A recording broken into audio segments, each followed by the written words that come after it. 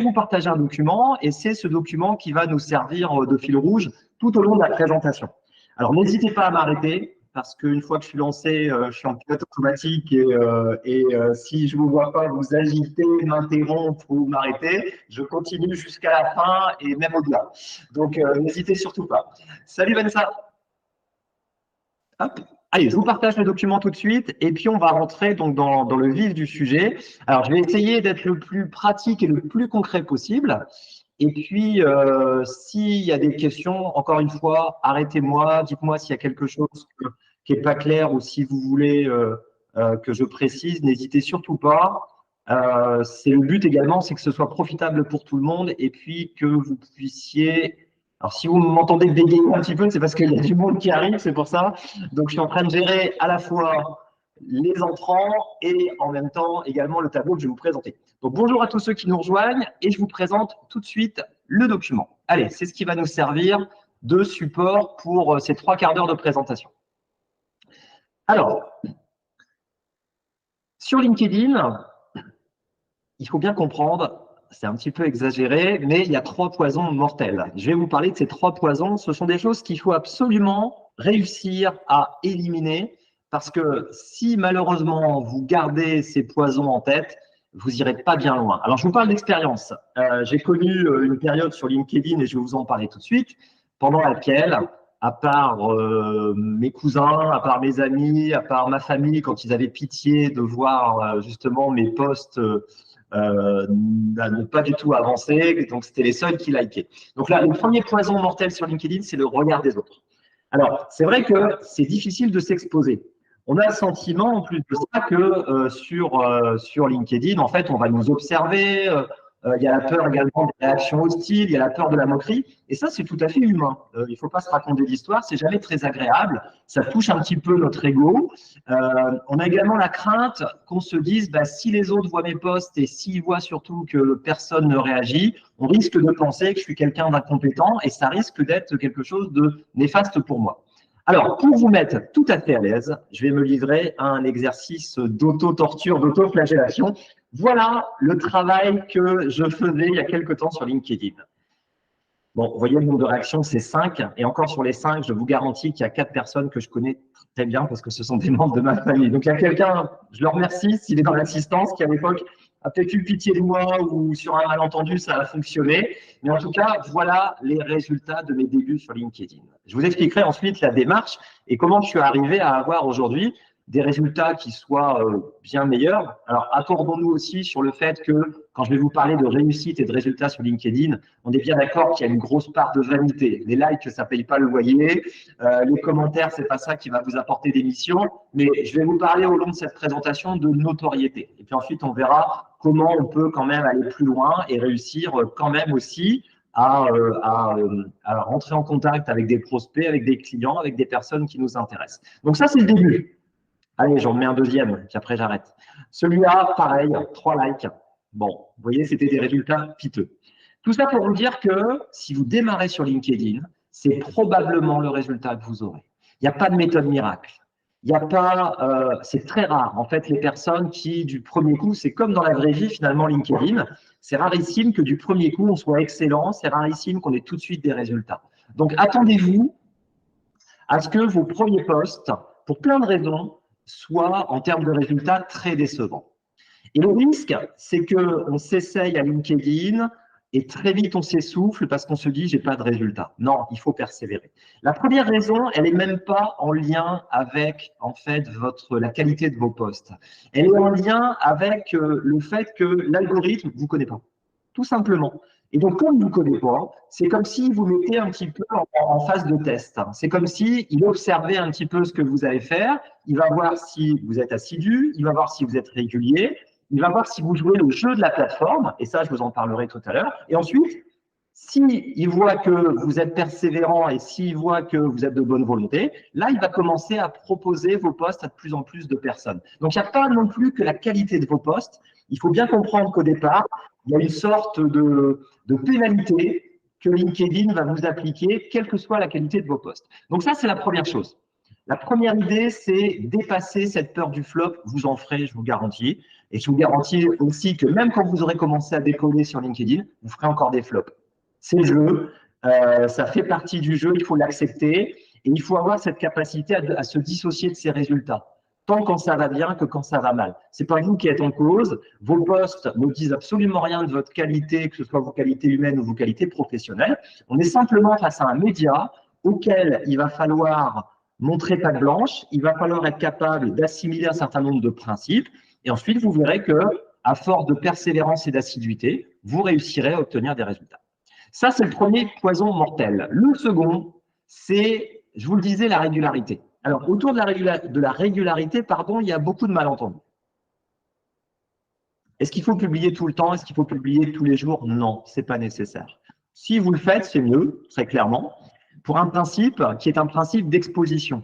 Vous savez, c'est à force de voir des gens dans notre fil d'actualité, petit à petit, ils commencent à être familiers, ils commencent à faire partie un petit peu du paysage et on aura plus tendance à aller vers eux et à consulter ce qu'ils proposent. Mais ce n'est pas obligatoire du tout.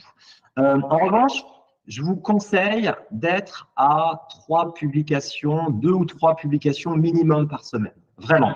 Si vous voulez commencer à obtenir des résultats, tournez à 2 ou 3 publications minimum. Il y a une autre raison à ça aussi. C'est qu'en fait, et j'en parlais tout à l'heure, LinkedIn, c'est un exercice également qui demande de la régularité, mais qui demande aussi une certaine habitude en termes de style, en termes d'écriture. Et ça, il n'y a pas d'autre secret que de publier régulièrement pour commencer à comprendre un certain nombre de principes, pour améliorer son style, pour trouver une écriture et pour commencer aussi à avoir une audience qui va, vous identifier au fur et à mesure. Donc, régularité, mais aussi ligne éditoriale. Ça, c'est un principe qui est très important. Quand j'ai commencé sur LinkedIn, je parlais de tout et surtout de n'importe quoi. Je n'avais pas de ligne éditoriale. Je parlais des choses qui m'inspiraient, des choses qui me passaient par la tête. Mais il n'y avait pas de fil rouge, il n'y avait pas de fil conducteur. Et donc, évidemment, les résultats étaient décevants. Donc, ce que je vous conseille, c'est de trouver 1 ou 2 sujets maximum sur lesquels vous allez publier. Il va falloir vous habituer à cette rigueur et pas vous disperser, pas vous éparpiller. C'est très tentant quand on est un peu touche à tout, quand on aime plein de choses, et c'est mon cas également, mais c'est une erreur. C'est une erreur et vous allez diluer l'intérêt qu'on pourra avoir pour vos posts. Il vaut mieux être identifié sur 1 ou 2 sujets, c'est 1 ou 2 sujets régulièrement publiés dessus, plutôt que vous éparpiller et partir sur plein de choses. Alors ensuite, comment publier également autour des thèmes qui nous intéressent? Ce qu'on appelle une ligne éditoriale, c'est un peu comme, tu sais, un journal. Tu prends par exemple Le Figaro, l'Humanité pour les extrêmes, Libération, ils ont un parti pris. Ils ont un traitement de l'information en fonction de leurs convictions, en fonction de leurs valeurs, et ils ont des thèmes de prédilection. À notre niveau, à notre modeste niveau, parce qu'on n'est pas à la tête d'une édition comme celle-là, on fait la même chose. C'est-à-dire qu'on fait un choix éditorial avec un traitement, avec un angle de vue, et avec des thèmes de prédilection, c'est exactement la même chose.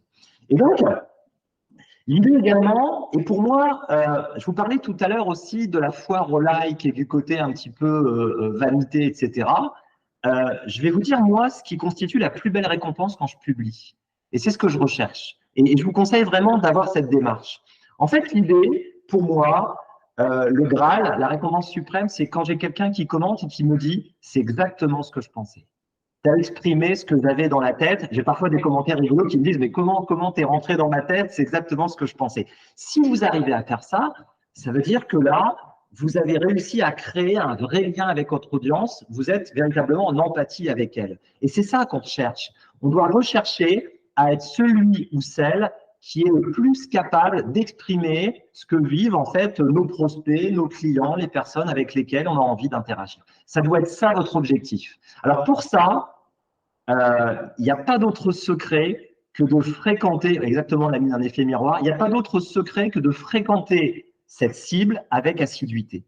C'est ça la clé. Il n'y a pas de secret, il faut parler aux personnes que vous avez envie de toucher, il faut les comprendre, il faut même reprendre leurs expressions, de façon à ce que vous puissiez ensuite les réutiliser dans vos posts et qu'évidemment, ils reconnaissent dans les textes les choses qui les intéressent. OK? Allez, 3e poison, puis après on passera à des choses quand même plus réjouissantes. La règle de réciprocité. Alors ça, c'est super important. Je vais vous raconter une anecdote qui n'a rien à voir avec LinkedIn pour vous illustrer comment fonctionne cette règle de réciprocité. Dans les années 70-80, quand vous alliez à Los Angeles, vous étiez accueilli avec une fleur. C'était la communauté Hare Krishna qui accueillait en fait tous les passagers qui débarquaient à l'aéroport de Los Angeles en leur disant « c'est un cadeau, je vous l'offre ». Ok, la personne qui prenait la fleur, après, les personnes d'Hare Krishna leur disaient « est-ce que maintenant vous voulez faire un don pour la communauté ?» C'est pas obligatoire. Et les personnes, en fait, à partir du moment où on leur avait donné quelque chose, se sentaient obligées de faire un don. Et figurez-vous en plus de ça, pour aller au bout de l'anecdote, que bien souvent, la personne qui avait donné 1 ou 2 dollars repartait, balançait la fleur à la poubelle, ce qui fait que les personnes d'Hare Krishna récupéraient la rose à la poubelle, ils la rafraîchissaient un petit peu et ils la revendaient 3, 4, 5, 6, 7 fois comme ça. C'est le principe de réciprocité. Ça veut dire que quand quelqu'un se montre sympa, généreux avec nous, on se sent obligé de lui rendre l'appareil. Alors maintenant, je redescends sur LinkedIn, ça veut dire quoi? Ça veut dire qu'avant même de publier, je vous conseille d'aller régulièrement commenter les posts des autres. Qu'est-ce qui va se passer? Il va se passer que d'une part, si vous commentez le post de quelqu'un, quand vous allez publier, votre post va apparaître dans son fil. Et lui, évidemment, si vous avez été sympa avec lui, il y a 9 chances sur 10 pour qu'il fasse la même chose. Donc ça, c'est une règle d'or. C'est super important et c'est souvent, je m'en aperçois, négligé ou sous-évalué en termes vraiment de bénéfices par rapport à LinkedIn. Donc, prenez cette habitude d'aller commenter 5, 6 posts par jour. Ça ne prend pas très longtemps, je vous le garantis. Et puis, c'est pas la peine de mettre des romans. Hein. Mettez un commentaire, mettez un mot d'encouragement, mettez un mot sympa. Et vous verrez qu'au fur et à mesure, les personnes avec qui vous interagissez régulièrement, il va se passer strictement la même chose. Pour vous parler de mon exemple, il y a des personnes que je ne connais pas. En tout cas, quand je dis je ne les connais pas, je n'ai jamais eu l'occasion de les rencontrer, ni même en virtuel. Et pour autant, tous les jours, on interagit les uns avec les autres. Et c'est drôle parce que c'est comme si je les connaissais un petit peu, parce qu'à force justement de laisser des commentaires et qui viennent sous mes posts également, il y a une sorte de complicité, mais sans qu'on ait eu besoin de faire une demande, sans qu'on ait eu besoin à un moment de se dire « Tiens, ça serait sympa si tu commentais mes posts et je ferais pareil avec toi ». Ça se fait au bout d'un moment, spontanément et naturellement. Ça va pour vous? C'est bon? Ok, allez, on continue. Des questions? Ouais, je vois Lamine, question? Oui, oui, merci, merci Pascal. Bonjour à tout le monde. Bonjour. En fait, c'est juste, moi je le vois aussi, c'est juste un commentaire à part une question. C'est vrai qu'il y a un effet d'entraînement. Les gens réagissent favorablement quand ça leur parle, voilà. Et c'est un moyen pour aussi capter l'attention. Voilà. Ouais, je suis exactement. Je souris parce qu'au passage, je vois un commentaire qui parle de chocolatine et je vois à quoi tu fais référence. Ouais, parce que parfois, en plus de ça, il y a des trucs rigolos. Voilà, Team Chocolatine, avec certaines personnes de mon réseau du Sud-Ouest, il y a ce petit truc sympa entre nous, entre Team Pain au chocolat, parce que moi je suis du Nord, et Team Chocolatine. Et vous voyez, il y a des moments sympas aussi, puis il y a des trucs comme ça qui nous font sourire et c'est très agréable également. Alors, un point important sur LinkedIn également. Pain au chocolat, bien sûr, Sandrine, je persiste et signe. Les 5 accroches qui donnent envie. Il faut comprendre un truc, c'est que LinkedIn, mettez-vous ça va être facile pour vous d'ailleurs, c'est réfléchissez au moment où vous regardez LinkedIn. Il y a de fortes chances que ce soit dans les transports en commun. Il y a de fortes chances que ce soit à un moment creux, un petit moment de pause, etc. Mais vous allez faire quoi? Vous n'allez pas passer une demi-heure à regarder les posts. Vous allez faire comme moi, je le fais certainement. Vous allez prendre votre téléphone, vous allez screener, je crois qu'on dit comme ça, et à bout d'un moment, vous allez retenir alors soit les posts de personnes que vous connaissez qui vous intéressent, mais sinon, il y a de fortes chances que vous vous arrêtiez sur quelque chose qui va bloquer votre esprit. Et ce qui va bloquer votre esprit, c'est l'accroche. L'accroche, vous voyez, sur mon schéma, c'est tout ce qui se trouve au-dessus des pointillés. C'est-à-dire qu'en gros, on a 2 lignes pour capter l'attention. Si vous loupez ces 2 lignes, je vous garantis que malheureusement, votre post, il peut être génial, il peut donner des infos, des tips de fou, mais si vous avez raté votre accroche, malheureusement, il risque d'être plombé et de passer inaperçu. Donc, il faut prendre un soin particulier à rédiger des accroches. C'est essentiel. Je peux vous garantir que c'est pour moi, allez, au moins 50% du succès d'un post. Si vous loupez votre accroche, je peux vous garantir que malheureusement, votre post, il n'ira pas très loin. Alors, les types d'accroches qui fonctionnent. Je vous en présente quelques-unes. Je vais m'appuyer sur ce que j'ai fait ces derniers temps. La première, qui fonctionne bien et qu'on retrouve chez de nombreux créateurs, c'est ce qu'on appelle le contraste. Alors, je vous donne un exemple. Vous voyez, ça, c'est un post que j'ai rédigé il y a un mois. Donc, 100% de satisfaction en formation, c'est le Graal, alors qu'il n'y a rien de plus simple et de plus décevant à obtenir. En fait, l'idée, c'est de mettre deux idées qui expriment quasiment des choses contraires. D'un côté, je dis 100% de satisfaction en formation, tu es super content. Puis de l'autre côté, je dis, en fait, c'est pas terrible. Pourquoi ça marche? Parce qu'il y a quelque chose qui est intriguant. On se dit, attends, il y a un truc là qui nous déboussole, il y a quelque chose qui n'est pas cohérent. Il devrait être en train de nous dire que 100% d'évaluation positive en formation, c'est génial, et qu'il est ravi d'avoir justement des évaluations positives. Donc ça, c'est le premier type d'accroche. Et c'est des accroches, quand vous passez un petit peu de temps et vous étudiez un peu LinkedIn, beaucoup de créateurs font appel à ce type d'accroche. Donc ça, c'est la première, et celle-là, elle marche bien. Je l'utilise très sincèrement, je l'utilise assez souvent. Alors, la deuxième, c'est l'affirmation. L'affirmation, c'est « il ne devrait pas y avoir de compétition entre les formateurs ». Alors, un truc que je vous donne également, l'eau tiède, ça ne marche pas. Quand vous publiez sur LinkedIn, il faut publier avec des avis tranchés. Alors, il ne faut pas faire, vous savez, des posts qui tombent dans la provoque, qui tombent dans la caricature. Il faut derrière ça, bien sûr, ça reflète vos opinions et il faut ensuite que vous soyez capable d'argumenter. Sinon, vous allez vous faire démonter. Mais si ça répond à vos convictions, à ce moment-là, il faut être affirmatif.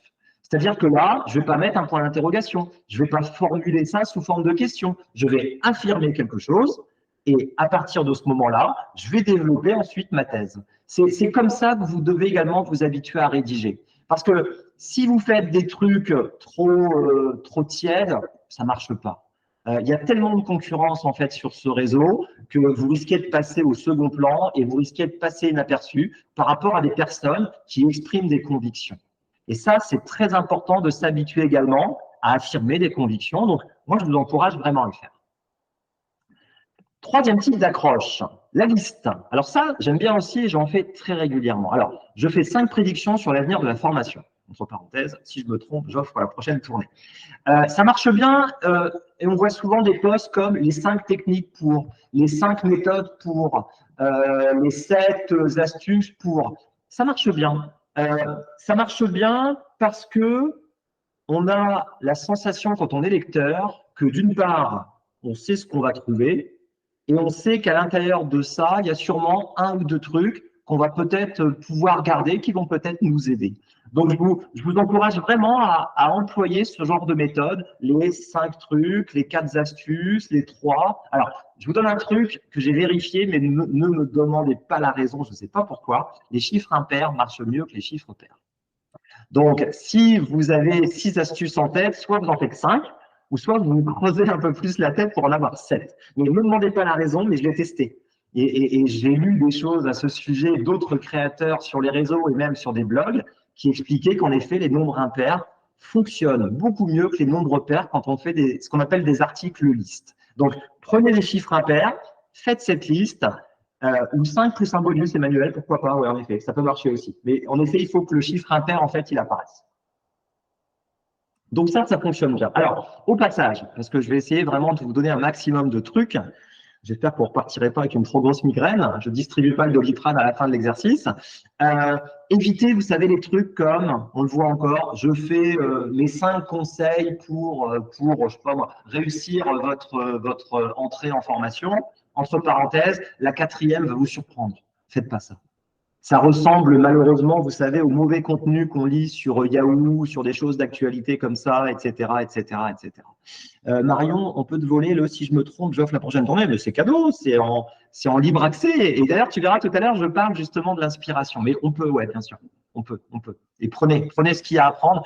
Sentez-vous libre également de vous inspirer. Vous verrez tout à l'heure, je ne vous parlerai pas de plagiat, ça on évite, mais inspirer, ça c'est intéressant, ouais, tout à fait. Oui, c'est ça, ça ressemble aux influenceurs alors, c'est exactement ça. On a des pains au chocolat, exactement.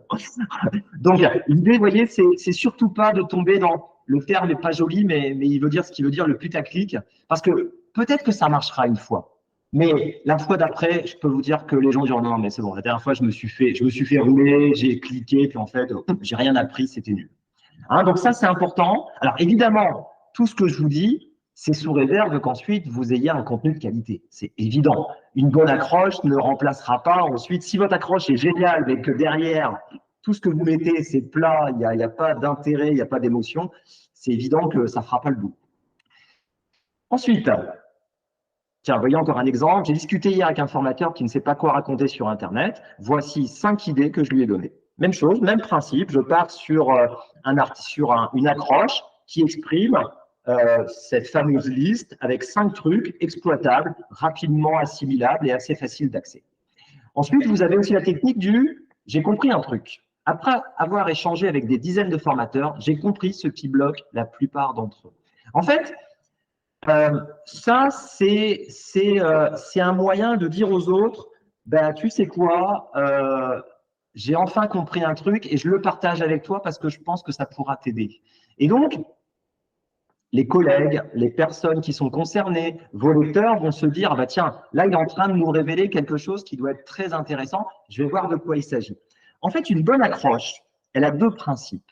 La première, c'est il faut savoir de quoi vous parlez.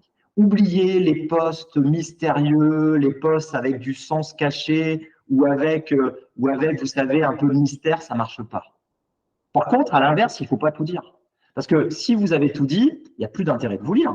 Si j'avais rédigé, par exemple, après avoir échangé avec dizaines de formateurs, j'ai compris que ce qui bloque, j'ai compris que ce qui les bloque, c'est la peur de publier, bah, pourquoi vous allez lire la suite? Je viens de vous cracher le morceau, je viens de vous dire exactement ce que j'ai appris. Vous n'avez pas d'intérêt à lire la suite. Donc, il faut à la fois annoncer la couleur, voilà de quoi je vais te parler, mais si tu veux comprendre et si tu veux avoir le fin mot de l'histoire, il va falloir que tu lises la suite. En fait, votre premier défi quand vous publiez sur LinkedIn, c'est que le lecteur appuie sur « Voir plus ». C'est la première chose que vous devez avoir en tête. C'est le premier défi.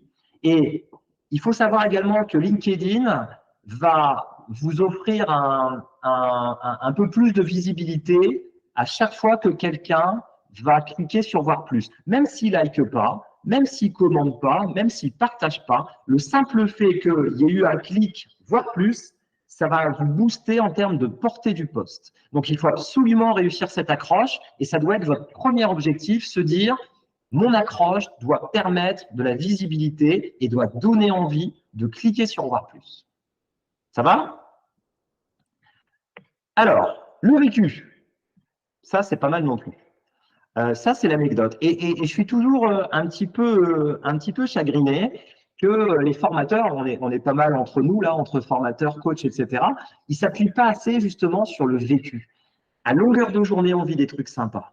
On a des tas d'histoires qui arrivent en formation. Dans la même journée, on passe du rire aux larmes. On a des histoires incroyables à raconter sur nos stagiaires, sur le déroulement d'une journée.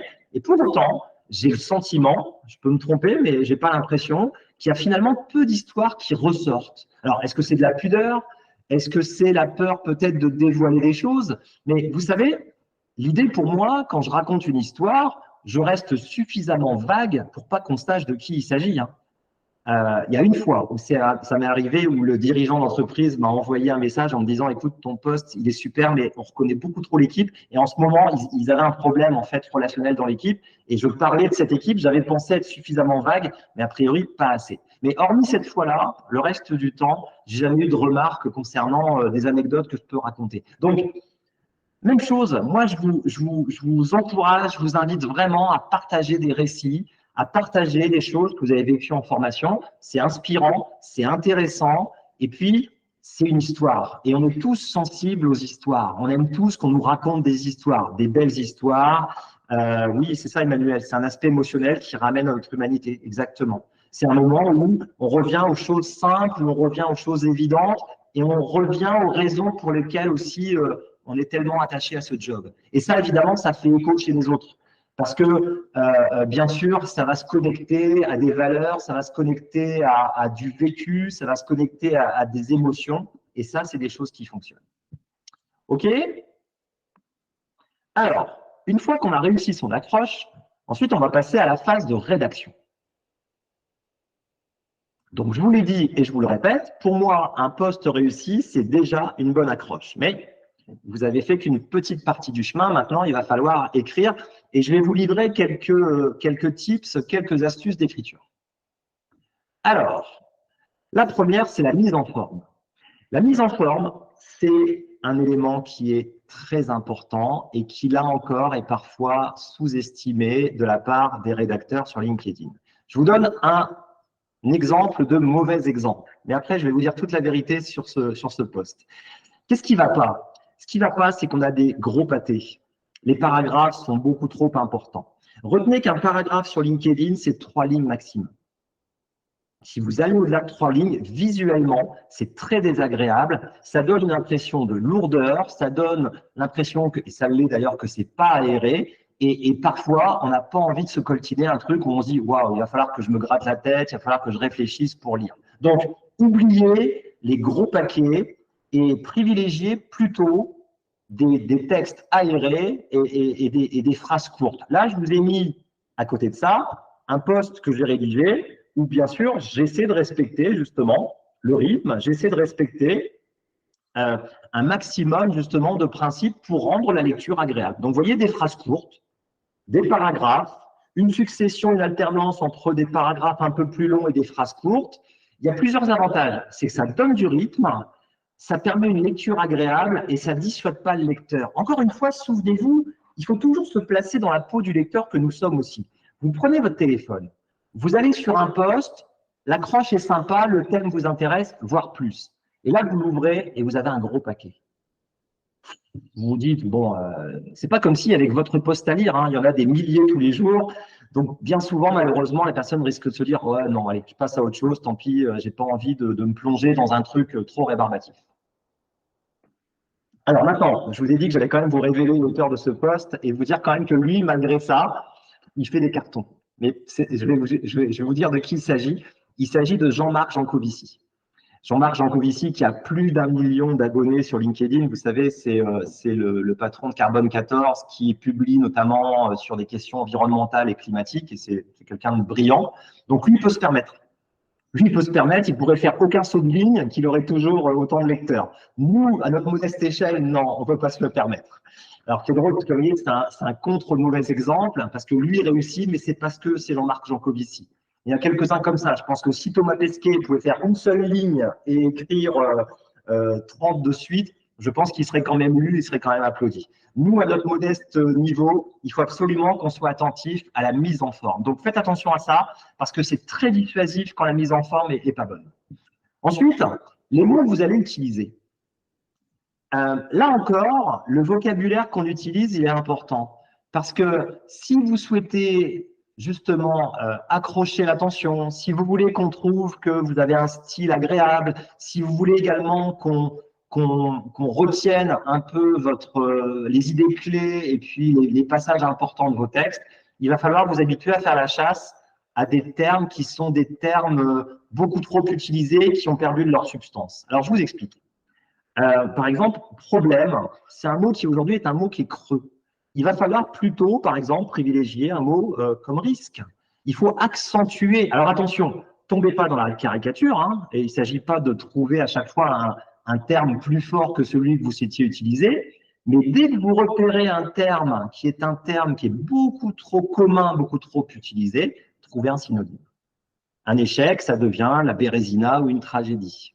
Même chose quand vous allez utiliser des métaphores. La métaphore, c'est un super moyen de communiquer sur Internet, sur LinkedIn. Mais le problème des métaphores, c'est qu'en fait, à force d'utiliser toujours les mêmes métaphores, ces métaphores, en fait, c'est la même chose. Elles perdent beaucoup de leur substance et elles deviennent fades et n'ont plus d'intérêt.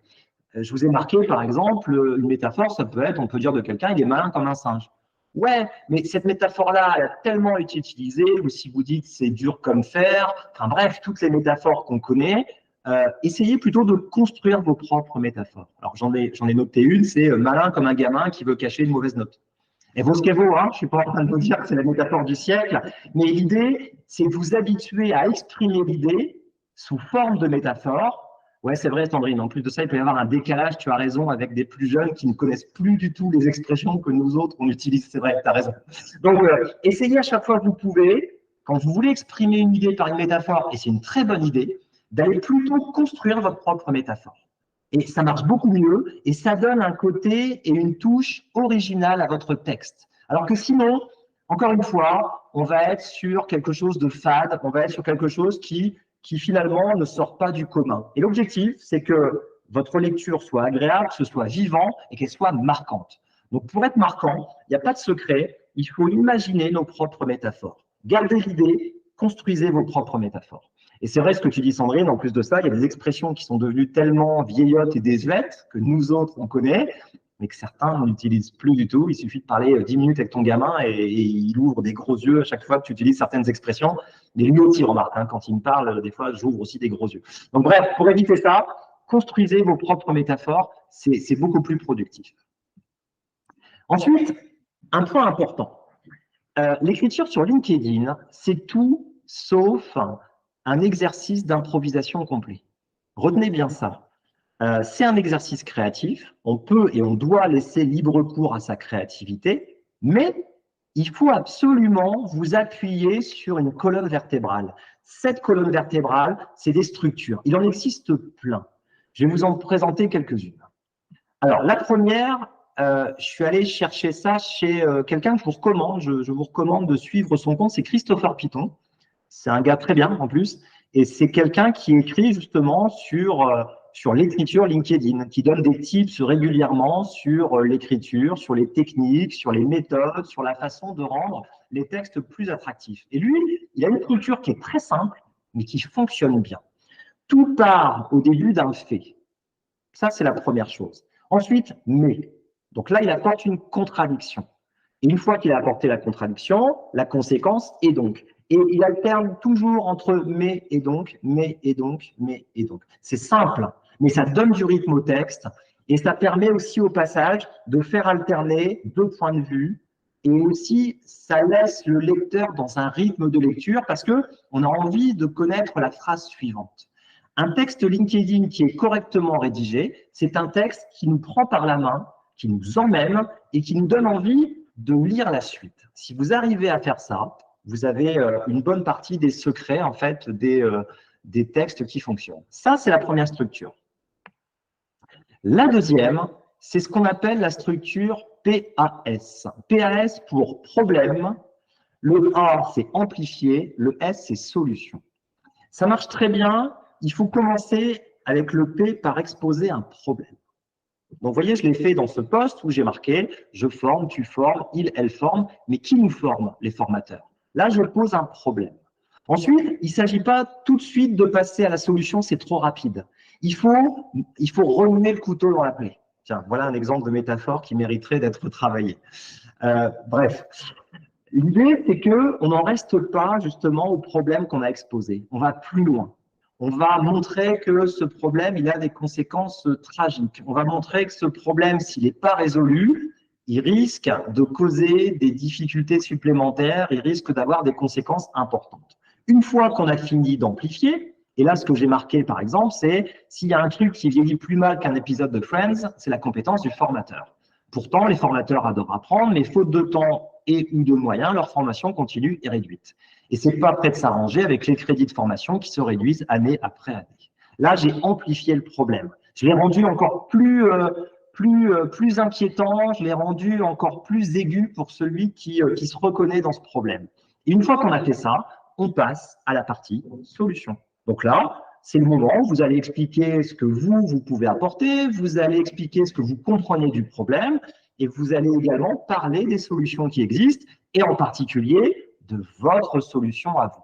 Mais vous voyez, si je tape une étape, si je passe du problème à la solution, il manque quelque chose. Parce que votre lecteur est peut-être pas au même niveau de connaissance que vous. il va se dire, ouais, c'est vrai que c'est un problème, mais bon, c'est pas si grave que ça. Donc, c'est à vous, en fait, encore une fois, de lui faire prendre conscience que c'est un vrai problème, il te concerne, et surtout, je vais te montrer qu'en fait, ce problème, si tu t'en occupes pas rapidement, pour toi, ça va être quelque chose qui va devenir très rapidement pénible. OK? Ça va pour vous? Allez, on continue. Alors, le suivant, là, je vous ai repris un peu une structure qui est une structure, je dirais presque une structure universelle. Il faut savoir qu'en fait, les grands récits, que ce soit des récits religieux, que ce soit les histoires qu'on nous raconte avant de dormir, que ce soit les séries Netflix, hein, que ce soit les Pixar ou les Disney, ils répondent tous à la même structure. Il n'y a pas de hasard. C'est-à-dire que on va prendre un héros qui a une vie jusque-là paisible, qui est tranquille, et puis à un moment, bim, il se passe un truc. Aïe, qu'est-ce qui se passe? Ben, il se passe par exemple que ce formateur qui commençait sa carrière gentiment, qui faisait de la sous-traitance avec un OF qui l'employait, qui lui filait des missions, il y a un problème. Aïe, il y a un report, et là il se rend compte qu'en fait il n'a pas de solution de repli. Bon, ça va parce que ça arrive qu'une seule fois, mais c'est quand même un peu inquiétant, et il prend conscience à ce moment-là de sa fragilité. Mais il a réussi à surmonter le problème et il se dit, il va falloir que je trouve peut-être quand même des clients parce que je ne peux pas me permettre, moi, de rester sans bosser. Et si l'OF qui m'emploie, il a des problèmes, moi, je suis très mal. Et puis malheureusement, bah, qu'est-ce qui se passe? C'est que l'OF en question, il met la clé sous la porte. Là, notre pauvre formateur, du jour au lendemain, il est à poil, il n'a plus de boulot. Donc là, il est à deux doigts d'abandonner. Il est au fond du trou. Il se voit déjà en train de reprendre le boulot d'avant qu'il avait fui parce qu'il n'en pouvait plus, mais il faut bien payer les factures, il faut bien manger. Par chance, il a quelqu'un dans son réseau qu'il sollicite et qui lui redonne un peu d'espoir. Et puis, ça lui donne le moral, ça lui donne de la confiance et il se décide à passer à l'action et à prospecter et il retrouve des clients. Il prend même du plaisir à faire du qu'il détestait. Voilà, je vous ai raconté une histoire, c'est universel. Le tout, c'est que ça suive cette trame, ça suive cette structure. Vous pouvez faire exactement la même chose dans vos posts LinkedIn.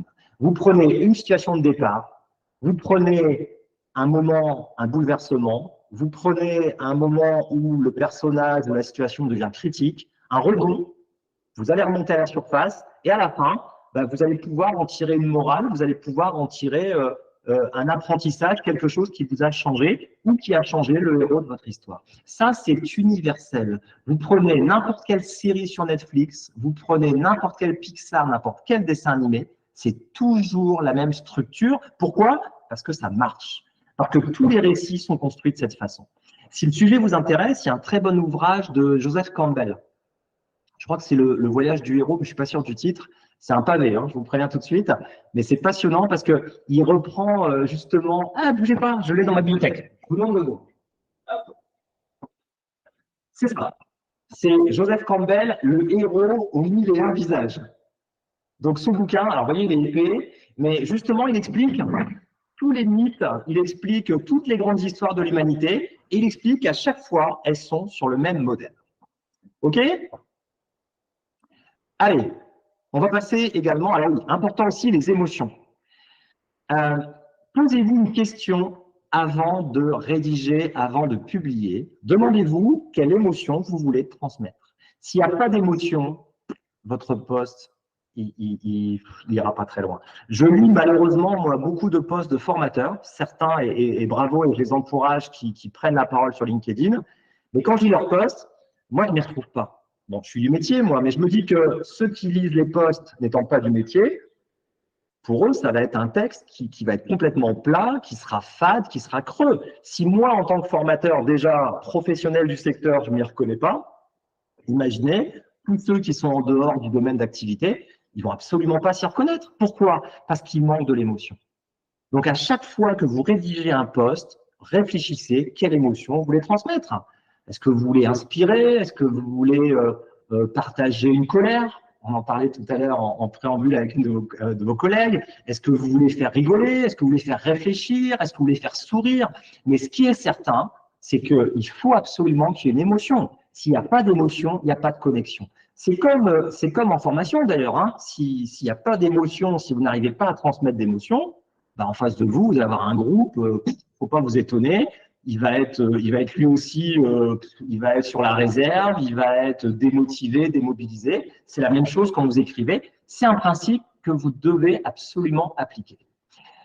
Un autre problème aussi qu'on rencontre, c'est le fait de vouloir raconter trop de choses. C'est une erreur.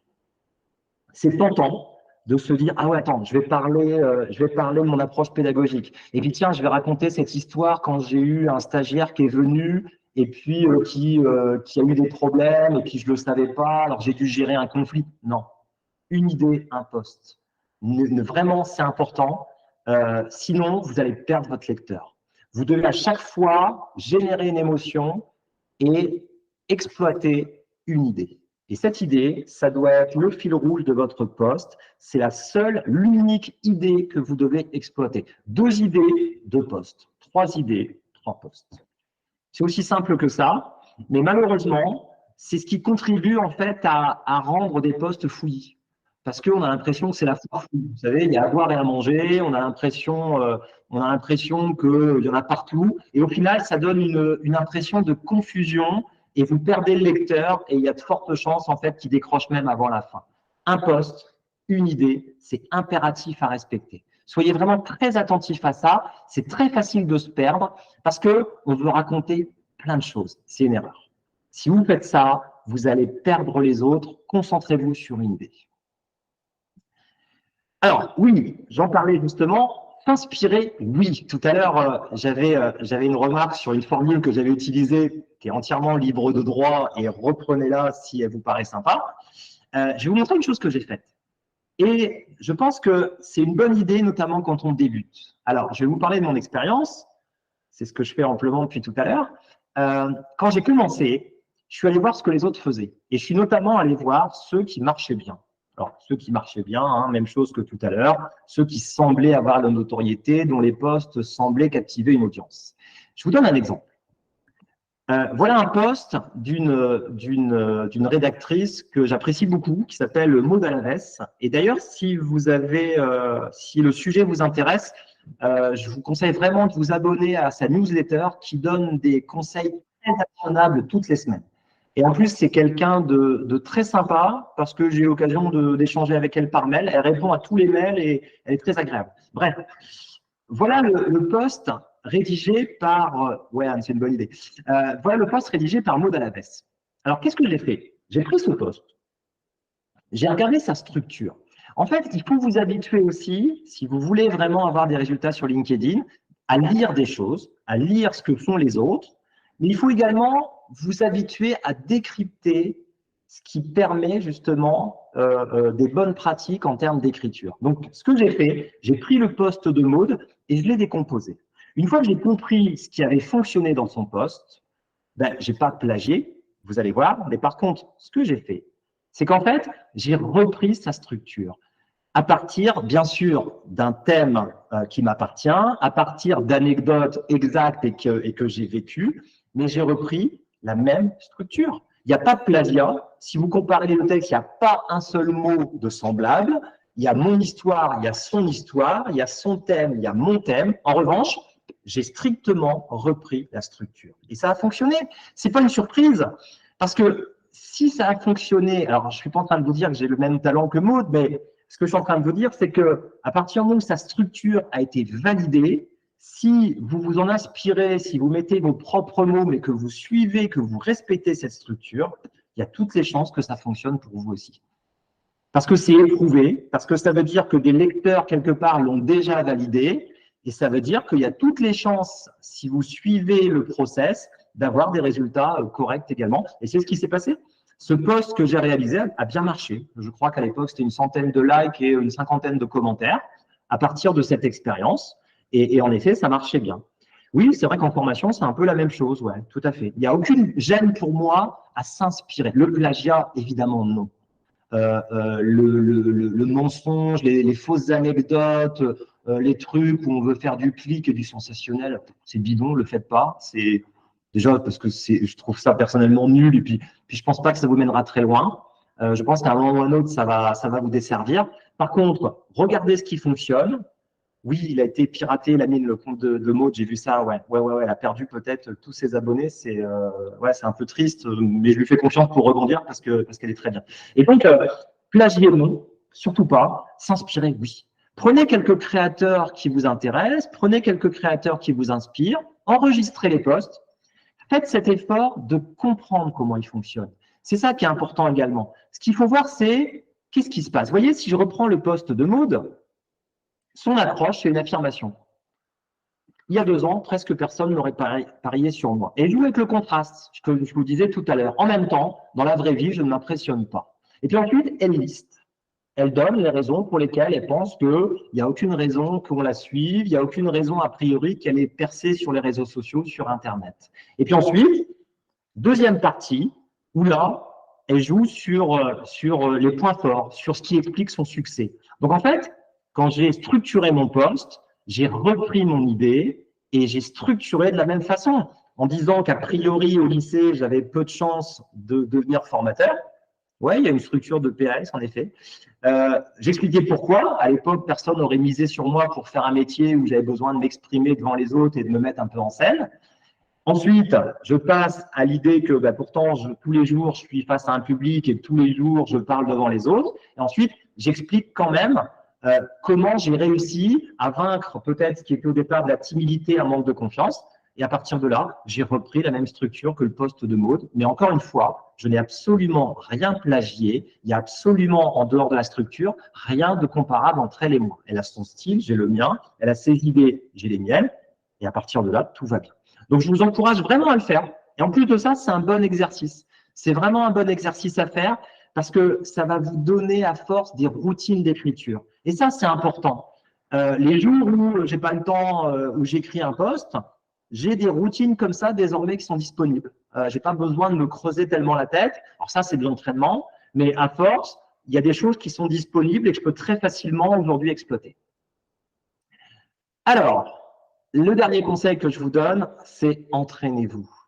Clairement, il n'y a pas d'autre secret que l'entraînement. Vraiment, je peux vous garantir que la différence entre ceux qui se créent une audience sur LinkedIn et ceux qui malheureusement restent avec des résultats décevants, la grosse différence, c'est l'entraînement. Vraiment, je peux vous dire aussi une chose, c'est que, alors moi maintenant, mais à une époque, je pense que il y a au moins la moitié de mes posts qui n'ont jamais été publiés. Mais simplement parce que je les trouvais pas bons. Mais en attendant, c'était pour moi de l'entraînement. C'était pour moi, malgré tout, une discipline que je m'étais fixée d'écrire tous les jours. Et donc, je pense qu'à l'époque, j'ai publié peut-être 50% des posts que j'ai rédigés. Mais c'est pas grave, parce que chaque jour, j'avais cette discipline. Chaque jour, j'avais cet entraînement. Chaque jour, je m'améliorais. Ou alors, je m'apercevais qu'il y avait des choses que je devais faire progresser. Et grâce à ça, à force, il n'y a pas de secret, on devient meilleur. C'est comme en sport, hein, vous courez 5 minutes demain, après-demain 10 minutes, vous rajoutez 2-3 minutes chaque jour. À la fin du mois, vous verrez que vous tiendrez assez facilement 30 minutes. Il n'y a pas d'autre secret. J'aimerais vous révéler, avoir une baguette magique et vous dire il suffit de prendre cette potion, ce filtre, ou alors ça existe peut-être, mais en tout cas, moi, je n'ai pas la formule. Mais en revanche, ce dont je suis sûr, c'est que c'est l'entraînement qui fera la différence. Et puis, dernière chose, il faut y aller. Vous verrez encore une fois, j'avais commencé mon exposé, je le termine de la même façon. Vous verrez que vos premiers posts, si vous êtes débutant, ils seront très décevants en termes de résultats. Pas grave. Recommencez, persévérez, améliorez-vous, observez ce que font les autres, inspirez-vous de ce qui fonctionne, construisez des structures, regardez ce que les autres font, interagissez avec les autres, c'est super important. Et ça, c'est vraiment une clé également du succès si vous voulez avoir la réciprocité. Et vous allez voir que au bout d'un mois, 2 mois, il va se passer quelque chose. Les premières semaines seront sûrement décevantes et c'est souvent là, malheureusement, que beaucoup de créateurs se disent « Non, LinkedIn, c'est nul, ça marche pas ». C'est pas que ça marche pas, c'est qu'en effet, il y a un peu d'effet d'inertie. Il faut attendre un petit peu, il faut avoir la patience avant que les choses commencent quand même à se décanter. Puis à partir de là, vous allez voir, il y a une sorte de magie qui opère. Et là, ça commence à être sympa parce que c'est agréable. Et puis après, il y a des belles rencontres, il y a plein de choses qui se créent autour de vous. Et ça, c'est très bien. Et puis surtout, vous commencez à avoir de la visibilité. Et vous savez, quand vous commencez à être visible, il y a des opportunités. Il y a des opportunités, vous êtes sollicité. On commence à associer votre visibilité avec de la compétence. On commence à à vous solliciter, on commence à penser à vous quand il y a des projets. Donc, le jeu en veut la chandelle, je peux vous le dire. C'est un travail de patience, c'est un travail qui demande beaucoup de persévérance, mais le jeu en vaut la chandelle, je peux vous le garantir maintenant avec un peu d'expérience et un peu de retour. J'ai une proposition à vous faire avant de vous quitter. Alors, vous le savez, j'en parle beaucoup, puis on s'est peut-être connu comme ça aussi. J'ai ouvert un groupe pour les formateurs qui s'appelle les éclaireurs de la formation. Donc, vous êtes peut-être déjà membre. Si vous ne l'êtes pas, vous êtes bienvenus et je vous invite à nous rejoindre. Ce que je peux vous proposer, pour ceux qui veulent se lancer, c'est de partager un post. Ce post, il restera dans le groupe. Ça sera dans le groupe, ça sera privé, ça ne sera pas vu par les autres. L'avantage pour vous, et je propose, parce que je crois beaucoup à l'intelligence collective, je ne pense pas que je sois le seul à avoir des bonnes idées, très loin de là. Ce que je vous propose, c'est je vais lancer d'ailleurs un post, je vais certainement écrire quelque chose demain pour lancer cette idée. L'idée, c'est vous mettez le post dans le groupe et ensuite chacun commente et chacun vous donne des conseils pour essayer d'améliorer, voir ce qu'on peut faire pour améliorer votre post. Et puis, je pense qu'avec l'intelligence collective, on peut arriver à un résultat sympa. Donc voilà, je vous fais cette proposition. Je vais en parler certainement dans le groupe demain. Donc, si ça vous intéresse, vous postez. Et puis ensuite, chacun pourra réagir. Moi, j'irai bien sûr commenter, j'irai réagir et je vous donnerai des conseils. Et puis comme ça, de fil en aiguille, je pense qu'avec avec tous ces cerveaux et tous ces brillants cerveaux dans le groupe, on peut arriver à un résultat sympa. Oui, Sandrine, ça peut être aussi un post déjà publié. C'est comme vous voulez. Hein. Ouais, bien sûr, bien sûr. Il est public. Alors oui et non. Il est public si il faut faire une demande d'adhésion. Moi, j'étudie les demandes. Alors, Anne, envoyez-moi un message. Envoyez-moi un message et je vous validerai. Je réserve ce groupe principalement à des formateurs ou des personnes proches de la formation. Mais ceci dit, quelqu'un qui s'intéresse à la formation et qui veut nous rejoindre, il est bienvenu également. Pourquoi je filtre? Parce que je veux, par expérience, je veux éviter que notre groupe soit pollué par des personnes qui vont ensuite s'adonner à de la prospection sauvage, enfin bref, tout un tas de choses que je vais éviter. Il y a une question, je crois? Ouais. Allez-y. Je vous entends pas. Alors? Vous m'entendez? Oui, c'est bon, ça y est. Bonjour. Oui, moi je suis sur le groupe Les Éclaireurs de la formation, mais quand je dis que c'est un groupe public, c'est-à-dire que les personnes qui ne sont pas dans le groupe peuvent voir ce qu'on y poste, je crois, non? Alors, j'ai un petit problème avec ça. En effet, il y a une des membres qui m'a alerté là-dessus. Il faut que je regarde justement pour paramétrer. A priori, je dois pouvoir paramétrer. Je n'ai pas encore trouvé, hein, je ne vous le cache pas, le moyen justement que ça reste vraiment au sein du groupe. Alors, j'ai vu qu'en effet, mes posts aussi, j'ai eu la surprise de parfois à l'extérieur. Bon, dans tous les cas, rassurez-vous, même si ça sort du groupe, ça ira pas très loin. Parce que les postes d'un groupe, en fait, ont une portée très limitée. Bon, il y a quand même un peu de débordement et j'avoue que pour l'instant, je n'ai pas encore réussi à trouver la solution. Hein. Je préfère être transparent avec vous. Mais bon, l'essentiel, je pense qu'il faut qu'on le prenne tous comme un entraînement, comme un moyen justement de s'améliorer, de progresser. Il n'y a pas de jugement, il n'y a surtout pas de critique. Il y a surtout l'envie, en fait, de permettre à chacun de s'améliorer. Et c'est un bon entraînement aussi, non seulement quand on poste, mais aussi quand on commente et quand on amène des suggestions, parce que ça nous oblige tous à réfléchir et à exprimer des idées. Donc, je vais lancer on va l'appeler comment, ce challenge. À partir de demain, je pense que je vais poster dessus. Et puis, toutes celles et tous ceux qui voudront poster et qui demanderont justement l'avis des autres, ensuite, on ira réagir et chacun mettra des commentaires de façon à… il faut aussi paramétrer pour que la republication ne soit pas possible en dehors du groupe. Ouais, il faut que je me penche là-dessus, il faut que je regarde ça en effet. Hein. Donc, je vous fais cette proposition-là. Merci. Avec plaisir. Donc, envoyez vos posts. Je vais écrire dessus demain pour proposer ça. Faites-le au fil de l'eau. Et puis, le but du jeu, c'est que ça soit profitable pour tout le monde et que vous puissiez au passage améliorer, progresser. Et puis, une dernière chose. Alors, vous savez, quand on publie, la première heure de diffusion, notamment, elle est importante. Il y a des groupes qui existent, et je ne vais pas en faire la critique ou quoi que ce soit, mais vous savez, certains créateurs de contenu, en fait, quand ils publient, ils ont des groupes WhatsApp où je peux vous dire qu'il y a 50, 100 personnes qui tout de suite vont aller liker. Bon, c'est très artificiel. on peut en penser ce qu'on veut. C'est pas du tout ce que je souhaite mettre en œuvre dans ce groupe. En revanche, je pense que s'habituer à soutenir les posts des collègues, des confrères, je pense que c'est une bonne idée par principe, en guise d'encouragement et parce que je pense qu'il ne faut pas être plus bête que les autres. Je ne veux pas tomber justement dans ces systèmes automatisés, ce qu'on appelle des pods ou ce qu'on appelle des groupes. Je n'ai pas envie de tomber là-dedans. En revanche, à l'inverse, il ne faut pas être naïf parce que sinon, on ne joue pas à armes égales. Donc moi, ce que je vous propose, mais là, c'est un principe et libre à chacun de l'appliquer ou pas. Mais moi, par principe, j'aime bien soutenir les posts des collègues du groupe quand j'en vois passer. Alors, il y en a certainement qui m'échappent, évidemment, mais quand j'en vois un, par principe, j'aime bien apporter le soutien. Donc, je pense que si on fait ça, c'est au bénéfice de tous. Parce que là encore, c'est une règle de réciprocité. Bien sûr, il faut jouer le jeu. En retour, quand on a soi-même bénéficié d'un like ou de quelque chose, qu'on puisse faire la même chose pour les autres. J'en ai terminé. J'espère que ce live a été utile pour vous. Et puis, est-ce que je peux me permettre une dernière question? Bien sûr, oui, bien sûr. En fait, moi, je publie pas, mais ça m'a donné envie de publier. Et, je pense que c'est bien ce petit challenge un peu effectivement. Moi, j'ai un gros souci avec LinkedIn, c'est toutes les informations qui nous arrivent toute la journée. Enfin, voilà, on est abeuvré de posts, etc. Donc, souvent, je mets… ce que tu dis, effectivement, on regarde ça dans le train, etc., dans les métros, mais on n'a pas l'œil vraiment attentif. Donc, souvent, je mets enregistrer.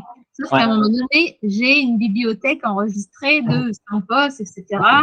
Et comment, enfin, peut-être qu'il y a quelqu'un qui prenait peut-être 1 heure tous les jours. Comment vous faites, en fait, avec cette…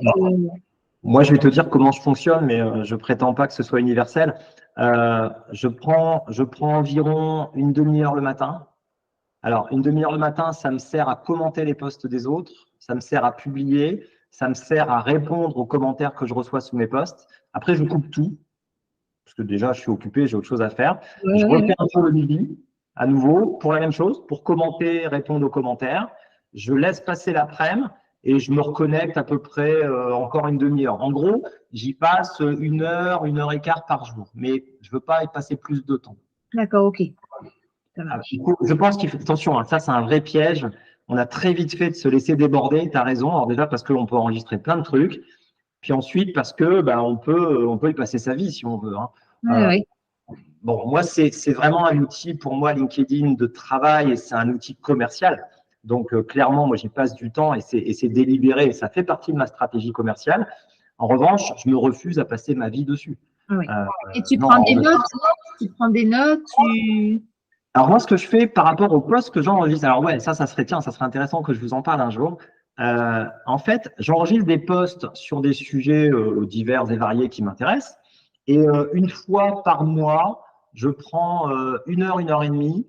Et en fait, je reprends les posts qui m'ont intéressé, je fais des copies d'écran et j'ai un système de tri, de classement qui me permet en fait d'avoir construit des catégories pour mettre les idées qui m'intéressent. Que ce soit des idées de posts, que ce soit des idées pratiques, que ce soit des thèmes que j'ai besoin ou envie de creuser. Et je fais ça à peu près 1 fois par mois. Ça me permet comme ça de faire le tri après des posts que j'ai enregistrés. Ok. Hein, sinon, c'est vrai que je suis comme toi, je peux me retrouver très facilement avec plein de posts enregistrés. Puis au final, après, je suis comme vous, hein, j'ai pas le temps. Puis après, je suis perdu parce qu'il y en a sur le coup qui m'intéressaient. Puis après, je me dis, ouais, bof, sans plus. Ou alors, j'ai pas eu le temps. Mais ouais, voilà, cette méthode-là, je pense qu'elle est intéressante. Alors, les créneaux pour publier, ouais, c'est une bonne question. Alors, j'ai des réponses et j'en ai pas.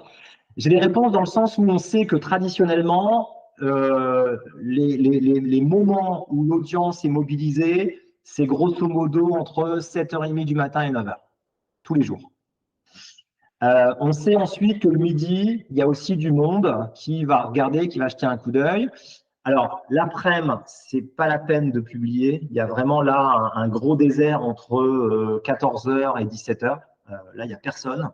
À partir de 17h, il y a à nouveau de la fréquentation jusqu'à 19h. Mais ça, c'est des grandes règles. Il se peut que votre audience, elle ait des habitudes différentes. Et parfois, on a des surprises. On a des surprises parfois parce que on est sur des horaires un peu atypiques et là, ça marche bien. Mais retenez quand même que, en général, c'est plutôt le matin, le midi et le soir. C'est comme les traitements, matin, midi et soir. Le week-end, ça fonctionne bien, mais il faut accepter de publier le week-end. Moi, je le fais de temps en temps, mais pas toujours, parce que je ne veux pas être prisonnier. Sinon, ça fonctionne bien. C'est un moment où les gens ont plus de temps, où tiens, je vais jeter un coup d'œil à LinkedIn, je n'ai pas eu le temps d'y aller cette semaine. Donc, en général, ça fonctionne plutôt pas mal. Mais encore une fois, il faut tester. Il n'y a pas vraiment de secret. Puis vous savez, parfois, on peut aussi déborder un petit peu de ces horaires dont je vous parle. Pourquoi? Parce que tout le monde sait qu'il faut être présent sur LinkedIn, tous ceux qui publient entre 7h30 du matin et 9h. Alors là, bien sûr, c'est un bon horaire, mais c'est un horaire aussi où il y a de l'embouteillage, où il y a de la concurrence. Ça peut être intéressant, mais il faut le tester. Par exemple, de se dire, plutôt que de publier entre 7h30 du mat et 9h le mardi, je vais publier à 9h30. Mais il faut le tester. Il faut le tester. Donc, il faut voir si c'est bénéfique pour vous, mais grosso modo, c'est à peu près ça. Si vous publiez trop tôt le matin, l'après-midi, c'est catastrophique. Après 20h, ça va être difficile aussi. Mais encore une fois, il faut tester. Il n'y a pas non plus là-dessus de règles vraiment établies. Il n'y a pas de vérité universelle. Voilà. D'autres questions? Bon, et super. Écoutez, moi, je vous souhaite bon après-midi.